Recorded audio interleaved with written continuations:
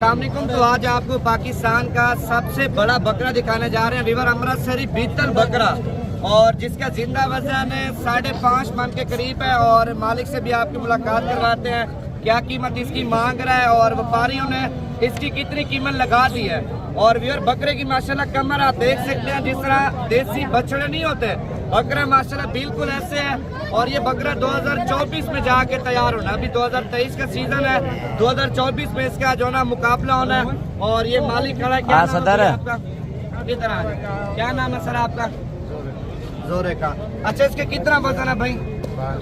5 मन के करीब है माशाल्लाह। और क्या कीमत इसकी मांग रहे हैं आप? सदर 20 लाख रुपया। और कितनी कीमत है व्यापारियों ने आपको लगाई है? 15 लाख रुपए लगा दिए। अच्छा, खुराक में क्या दे रहे हैं आप इसको?